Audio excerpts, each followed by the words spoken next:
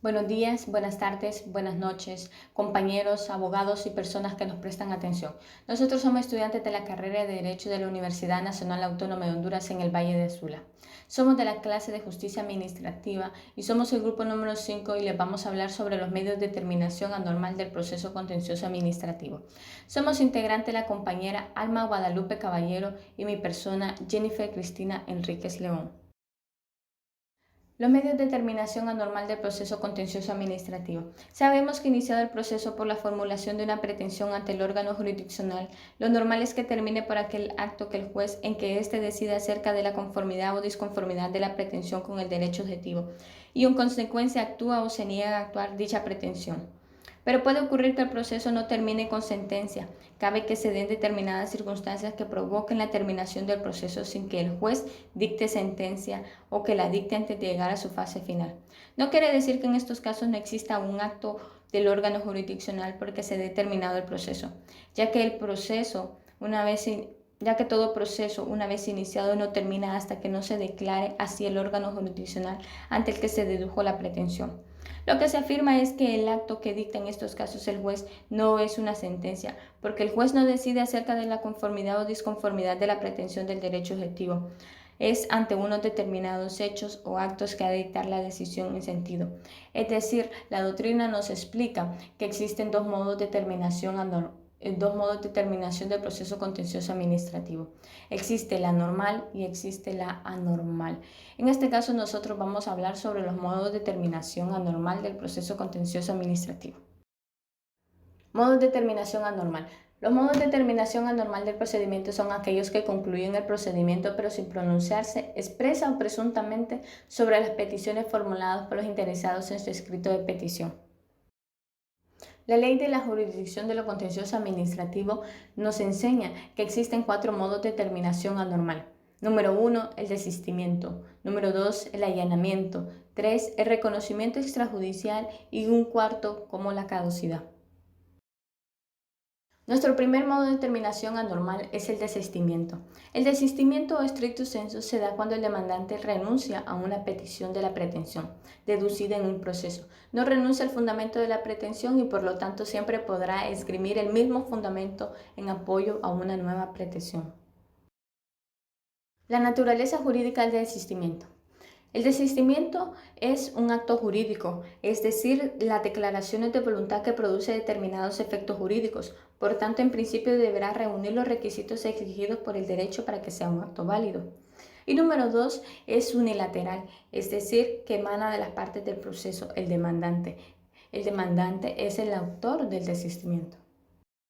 La regulación o fundamentación del desistimiento. El artículo 85 de la Ley de la Jurisdicción de lo Contencioso Administrativo nos explica qué es el desistimiento de una manera breve pero clara. El artículo 134 de la misma ley nos da el principio de supletoriedad otorgado al Código Procesal Civil, el cual en su artículo 484 nos explica el desistimiento, el proceso del desistimiento. Por su parte, el artículo 85 de la Ley de la Jurisdicción de lo Contencioso Administrativo nos dice que el autor podrá desistir de la demanda en cualquier estado del proceso, antes de dictarse la sentencia. El auto que dicte la declaración de terminado el proceso y se ordenará el archivo de las actuaciones, sin condena de costa, salvo que el tribunal considere que hubo mala fe. Si hubieran varios los demandantes, el proceso continuará respecto de aquellos que no hubieran desistido. El artículo 85 de esta ley tiene varias características importantes. El primero es que el autor es el que presenta el escrito de la petición del desistimiento. El número 2 se termina con un auto que se declara el archivo de las actuaciones y también se declara las costas si el juzgado así lo considera. Y por último, también pueden existir que en el escrito de petición al inicio del proceso existiesen varios demandantes. Entonces, estas personas pueden adherirse a la petición o pronunciarse con respecto a ellas y continuar el proceso. Los requisitos del desistimiento. Existen 2 requisitos. Existen requisitos objetivos y requisitos objetivos. En los subjetivos por parte del demandante, el desistimiento ha de proceder el actor, como lo mencionábamos en el artículo 85, y el demandado, el consentimiento del demandado al desistir del autor. Es decir, la doctrina a veces le permite al juez que en casos especiales o cuando el juez lo considere, es necesario el desistimiento el consentimiento del demandado para el desistimiento propuesto por la parte actora. Y en los requisitos objetivos, pues el objeto del desistimiento es la pretensión que el proceso se termine. Y como número 2, el desistimiento se refiere a los derechos que constituyen el fundamento de la pretensión. Los efectos del desistimiento. Tiene dos efectos, los efectos jurídicos y los efectos económicos. El efecto jurídico es el desistimiento consiste en que el órgano jurisdiccional debe dictar resolución declarado terminado el proceso, es decir, es necesario que exista un auto, como ya lo mencionamos, como lo menciona el artículo 85, que ordene la finalización del proceso y que ordene el archivo de las actuaciones. Y también tiene efectos económicos. En el proceso consiste en una imposición de costas causadas a la parte que desiste, si el juzgado así lo considera, porque sabemos que puede haber casos que existe mala fe, entonces el juzgado considera que la parte actora debe ser condenada en costas. La actividad del desistimiento. Hay 3 puntos importantes que hablar sobre el desistimiento: el lugar, el tiempo y la forma. El lugar. Siguiendo las reglas generales, debe pronunciarse en el lugar en que tenga su sede el órgano jurisdiccional ante el que se tramita el proceso en el que el desistimiento se produce. Es decir, el órgano jurisdiccional en que se presenta el desistimiento es en el órgano jurisdiccional en el que inició su proceso, es en el mismo órgano jurisdiccional. La número 2, el tiempo. No exige que el desistimiento tenga lugar en un momento determinado del proceso. La ley no dice que existe un momento oportuno, sin embargo, sí debe presentarse antes de la sentencia, porque como ya sabemos, la sentencia es un modo de determinación, solo que es normal, pero por lógica no sería conveniente presentar un escrito de desistimiento después de una sentencia, porque el proceso ha terminado de diferente manera, pero terminando. Y número 3, la forma, pues que sea expresa. El desistimiento no puede en ningún caso presumirse, sino que requiere siempre la voluntad expresa del litigante manifestando directamente al apoderado especial. Es decir, el autor que presenta el desistimiento debe manifestar cuáles son las causas, cuáles son los motivos que lo han llevado al desistimiento, y también tener las facultades para presentar un desistimiento que sea definitivo. El acto del desistimiento no puede someterse a condición o plazos o modo. Sabemos, como lo mencionábamos anteriormente, el desistimiento, el autor tiene la potestad de volver a iniciar las actuaciones y de presentar nuevas pretensiones. Y por último, puede ser oral o escrito. Por lo general y en la práctica se utiliza que se presenta un escrito de desistimiento, pero también puede suceder que en una audiencia se solicite el desistimiento, se resuelva en la audiencia y se sigan con las formalidades del proceso, pero también se puede solicitar el desistimiento de forma oral en una audiencia.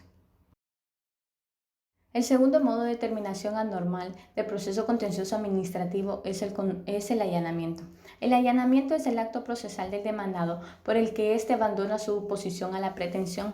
El demandado no puede renunciar al proceso iniciado por el demandante, pero sí puede allanarse. Esto es renunciar a la oposición y conformarse con lo pedido en la pretensión.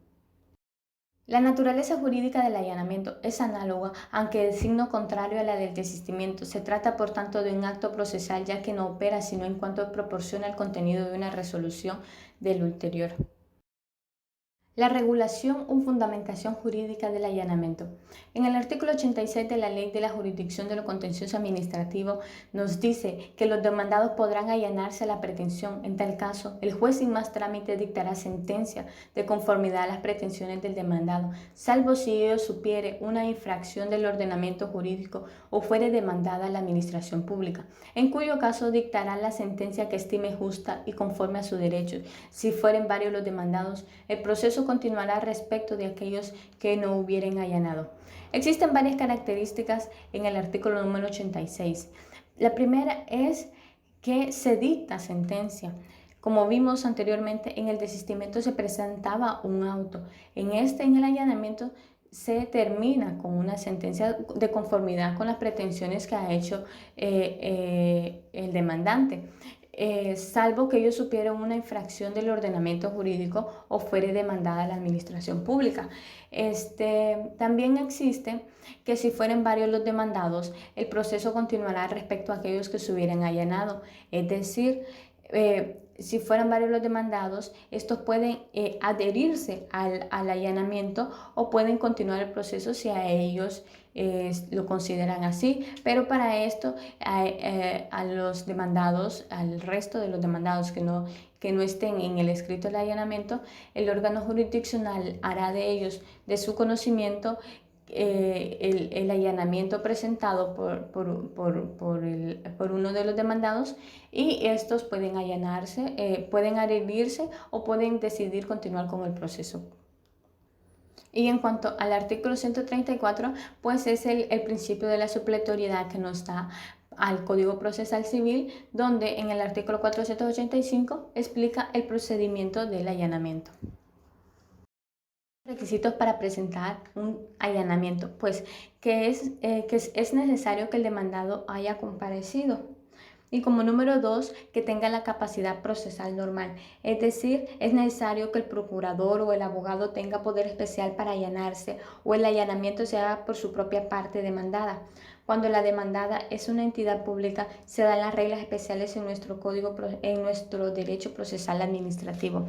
Es decir, el demandado tiene que tener a que haya comparecido o que tenga su apoderado legal, tenga la capacidad procesal para poder desistir, pero que sean facultades expresas. Los objetivos del allanamiento. Sabemos que el allanamiento no recae inmediatamente sobre la pretensión del demandante, sino que la oposición que la misma procede a hacer al demandado. Y es necesario lo mismo que el desistimiento. Es necesario que la renuncia a la oposición sea total y que comprenda todos los extremos que se refiere a la petición del autor, pues en caso contrario no producirá los efectos típicos del allanamiento. Es decir, es necesario que el demandado haga su pretensión de acuerdo a las pretensiones que ha hecho el demandante, es decir, que responda, que su renuncia sea con fundamento en la petición hecha por el demandante. Los efectos del allanamiento. Pues el allanamiento es la terminación del proceso, que es decir, que una vez allanado el demandado, no ha de seguirse la tramitación del proceso. El proceso debe deducirse sin necesidad de la tramitación ulterior. Ahora bien, cuando existen varios demandados y se allana solamente uno de ellos, seguirá la tramitación respecto a los demás, como ya lo expliqué anteriormente. Si existiesen varios demandados, estos deben adherirse al allanamiento o tienen la potestad, tienen el derecho de poder continuar con el proceso. Y el otro efecto es que es una sentencia estimatoria de la pretensión. El segundo de los efectos típicos del allanamiento consiste en que el órgano jurisdiccional debe dictar sentencia y no providencia. Caso contrario al desistimiento, que en el desistimiento se presentaba un auto de desistimiento y en el allanamiento pues no se presenta ni providencia ni auto, sino que sentencia por el órgano jurisdiccional competente. Continuando con los medios de determinación anormal del proceso, tenemos al tercero y es el reconocimiento extrajudicial. El artículo 87 de la ley nos dice que si hallándose en tramitación el proceso, la administración demandada reconociere totalmente en vía administrativa las pretensiones del demandante, cualquiera de las partes podría ponerlo en conocimiento del juzgado si la administración no lo hiciere. El tribunal, previa comprobación de lo alegado, declarará terminado el proceso en cualquier instancia y ordenará el archivo de los autos. Si se tuviere por concluido el proceso o se desistiere de él por haberse dictado el acto a que se refiere el primer párrafo de este artículo y después la misma administración dictara un nuevo acto revocatorio de aquel, el actor podrá accionar otra vez en vía contencioso administrativa, contándose el plazo para presentar la demanda desde el día hábil siguiente a la notificación o publicación del acto revocatorio. De modo que, si encontrándose en proceso judicial un asunto, la administración pública o el órgano administrativo reconociera el derecho que tiene la parte demandante, deberá notificarlo al juzgado. Sin embargo, si no lo hiciera, el demandante podría hacerlo y en este caso el juzgado pondrá fin al proceso en favor de la parte demandante, emitiendo la resolución correspondiente. Y como cuarto y último medio tenemos la caducidad. El artículo 88 nos dice: se declarará la caducidad de la instancia cuando por cualquier causa imputable al actor se haya paralizado el proceso durante 6 meses. En este caso, el tribunal dictará auto en los términos previstos en el párrafo segundo del artículo 85, que nos remite a: en el auto que se dicte se declarará terminado el proceso y se ordenará el archivo de las actuaciones sin condena de costas, salvo que el tribunal considere que hubo mala fe. A diferencia de otros modos de determinación anormal del proceso, la caducidad no es un acto, sino un hecho. La eficiencia jurídico-procesal de la misma no tiene en cuenta la voluntad, sino un simple hecho, el transcurso del plazo señalado por la ley. Y el fundamento lo encontramos en dos formas: una forma subjetiva, que funda la caducidad en la presunción de que es intención de las partes abandonar el proceso, y una forma objetiva que funda la caducidad en la necesidad de evitar una duración excesiva de los procesos y los peligros que para la seguridad jurídica encierra. Los requisitos para que se dé la caducidad serían dos. 1. La paralización del proceso durante 6 meses y 2. La paralización imputable al demandante o recurrente. Los medios expuestos son las formas que nuestra legislación en materia contencioso-administrativa nos permite para que cualquier proceso judicial contencioso-administrativo iniciado pueda concluir con alternativas diferentes a la conclusión normal del proceso, que es una sentencia. Muchas gracias.